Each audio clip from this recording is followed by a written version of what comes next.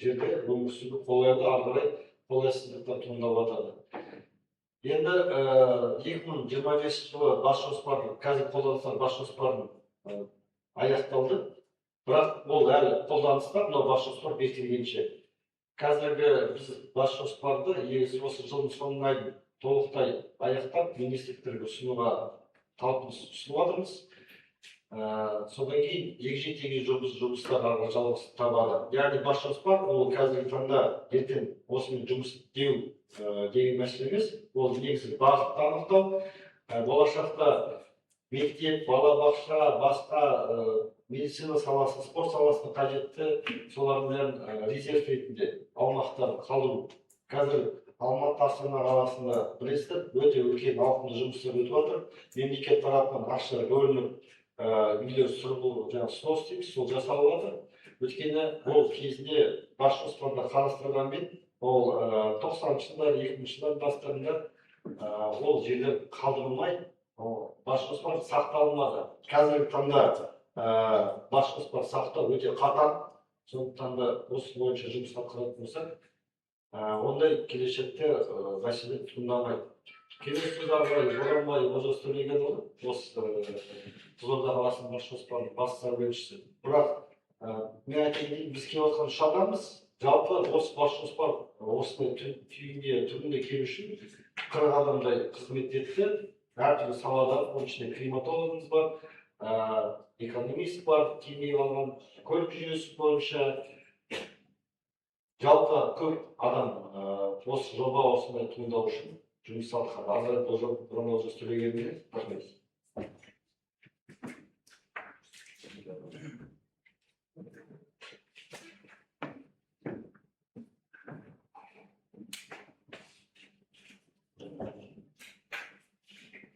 Қайырлы күн, құрметті қоғамдық тыңдауға қатысушылар. Және бас жоспардың мән-жайын негізгі мақсаттарын айтып кетті, бірақ баяндаманы басынан бастап айтып шығайық. Қызылорда қаласының бас жоспары Қазгидромет жобалау институты мен Қызылорда қаласының СНД және қала құрылысы бөлімінің арасындағы келісімшартына сәйкес орындалды. Бас жоспар деген бұл жалпы елді мекеннің дамуын айқындайтын өте кешенді ауқымды қала құрылыстық жоба, жұмыс. Бұл жобаның негізгі мақсаттары бұл экономикалық, әлеуметтік, экологиялық факторларды бір-бірімен үйлестіре отырып, қаланың аумағын тұрақты әрі ұтымды пайдалануды қамтамасыз ету. Бас жоспар жалпы көптеген заттарды қамтиды, соның ішіндегі ең бастысы функционалдық аймақтарға бөлу, яғни қаланың қай жағы, қала аумағының қай жерінде тұрғын үй, қай жерде өнеркәсіп, қай жерінде демалыс орны, саябақтар, қай жерінде қоғамдық нысандар және тағы басқалары орналасуын осы функционалдық аймақтарға бөлу болып табылады. Одан кейінгі келесі үлкен атқаратын мақсаты ол қаланың инфрақұрылымын дамыту. Қаланың инфрақұрылымы ол жалпы көше жолдар, инженерлік инфрақұрылым, оның ішінде әлеуметтік нысандардың желісі, тағы басқалар кіреді.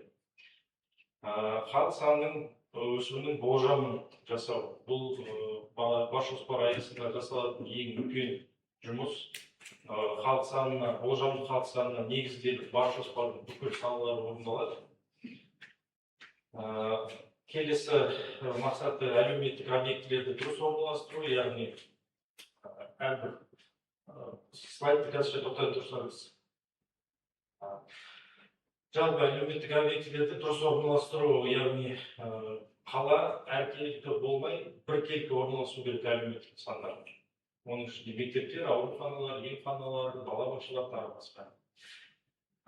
Үлкен сұрақтардың бірі ол бас жоспар аясындағы көгалдандыру және экология сұрақтары.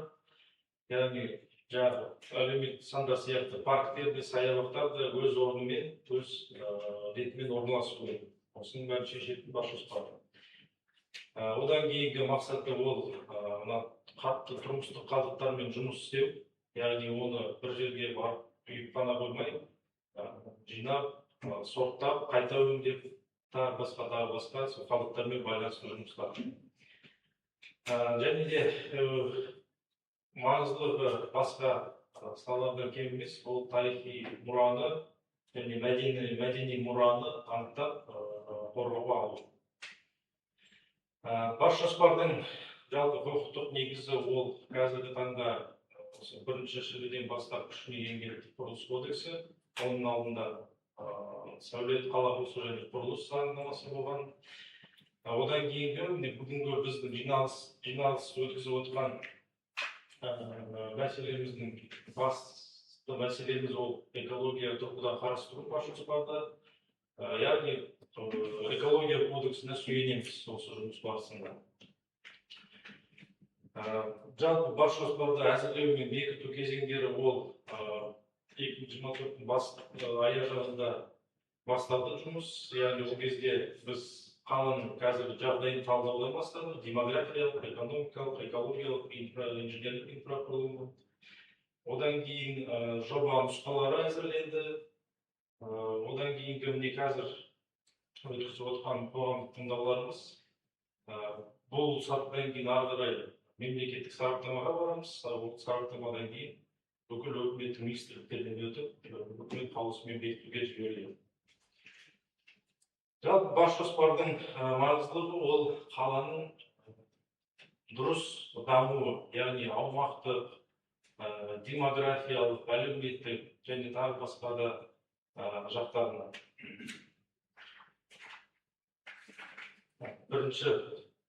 Бесінші слайдқа көрсетейік.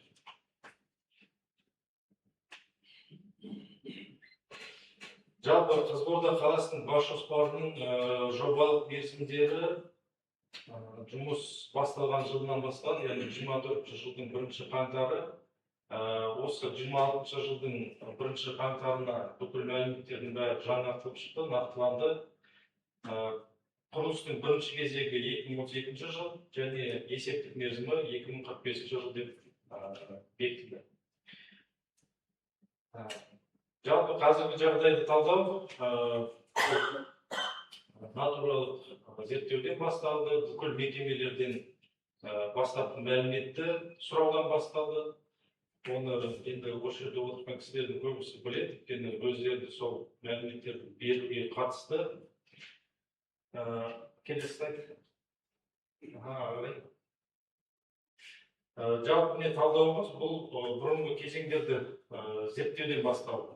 Яғни Қызылорда қаласы осы қала тұрғысынан қарастыратын болса, бұл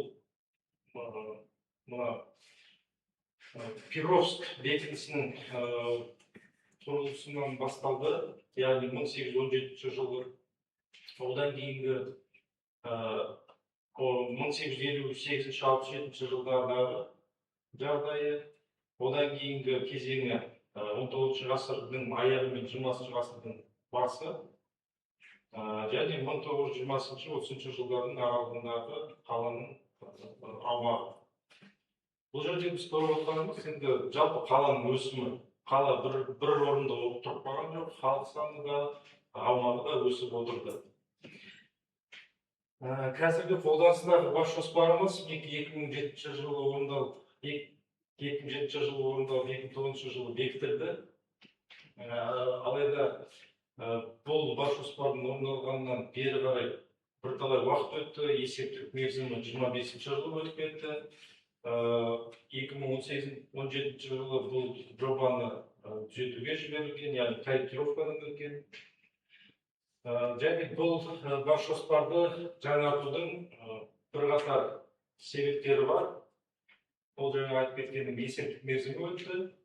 Одан кейін жалпы қала деген ол бір қатпаған жолмен дамымайды. Әрине әр жерде өзгерістер болуы мүмкін. Ондай өзгерістер Қызылорда қаласында көп болды, оның бәрін ескердік. Келесі себеп ол бүгінгі күнге дейінгі орындалған қала құрылыстық жобалардың барлығын есепке алу. 25 жылға дейін орындалған әкімшілік бөлімшелерді соған сәйкес шекараларды өзгерту. халық саны тұрғын үй құрылысының көлемі, мәдени тұрмыстық қызмет көрсету сандарын және өндірістік аумақтарды орналастыру сияқты қала көрсеткіштерінің өзгеруі.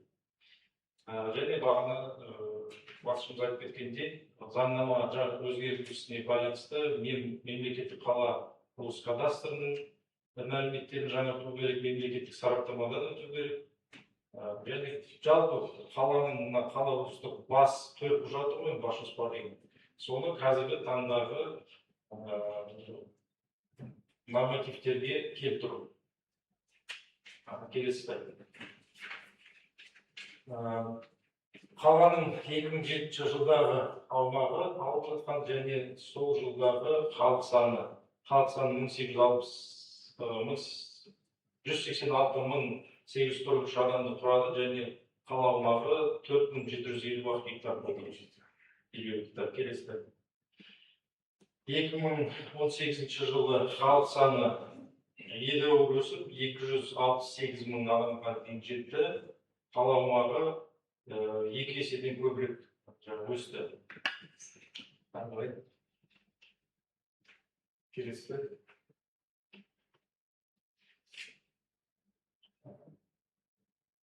Келесі слайдта енді қазіргі 2026 жылдағы аумағы мен халық саны, яғни халық саны 287.611 адамды құрады және қала аумағы 14.000 гектарға тең болды. Бұл үш слайдта біз көріп отырғанымыз жалпы қаланың халық саны мен аумағының өсу динамикасы. Қала өте қарқынды өсіп жатыр, әлі де өсім болады. Сол өсімді біз есепке алып, бас жоспармен қаланың келешектегі өсімінің дамуын анықтады. Келесі.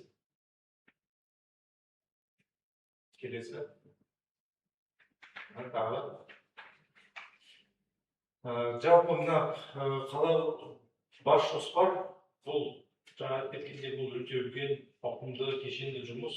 Бір ғана схемадан емес, 20-дан астам схема орындалды. Түсіндірме жазбасы бар, 7 томдық. Осы графикалық материалдардың бірінші схемасы бұл елді мекеннің қоныстандыру жүйесіндегі орналасу схемасы. Бұл жерде біз көретініміз жалпы Қызылорда қаласы іргелес жатқан аумақтармен қандай байланыста, қандай қатынастарда, қала сыртынан келіп қосылатын инженерлік инфрақұрылым, көше жол, сыртқы жолдардың инфрақұрылымы, басқа да табиғи ландшафтық жағдайы. Енді атап айтсақ, Қызылорда қаласы облыстың әкімшілік орталығы болуымен қатар аймақтың халық тығыз қоныстанған орталық бөлігінде орналасқан. Сонымен қатар қаланың негізгі жоспарлық өзегі болып Сырдария өзені болып табылады. Сол Сырдария өзенінің бойында орналасқан қала. Одан бөлек енді үлкен осьтердің бірі ол Батыс Еуропа, Батыс Қытай күре жолдары, темір жол және Қызылорда Жезқазған тас жолдары. Қызылорда қаласына іргелес жатқан ауылдар Қызылжарма, Қарауылтөбе, Тасбөгет, Бөлкөл ауылдары. Қазіргі таңда бұл ауылдар қала аумағымен кәдімгідей бітісіп тұтасып кеткен. Яғни көшелері де, аумағы да, инженерлік инфрақұрылымы бір елді мекеннің сипатына сәйкес. Жаңа артықылымы келеді, артысы слайды. Бұл жердегі саяжай массивтері Наурыз, Сабалақ және Махамбетов ауылы Қызылорда қаласының аумағынан Батыс Еуропа, Батыс Қытай тас жолымен бөлінген. Қорқыт Ата әуежайы қаланың шекарасының 7 шақырымдай жерде орналасқан. Қаланың газбен қамтамасыз ететін газ магистралды газ құбырлары солтүстіктен келеді.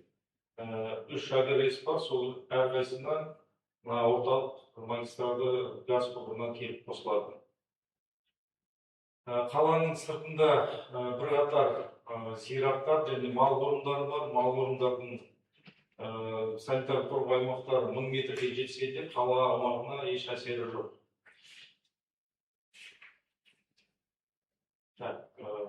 Шығысқа қарай 10 шақырымдай жерде жаңа айтып кеткен қатты тұрмыстық қалдықтарды сақтау орны полигон орналасқан.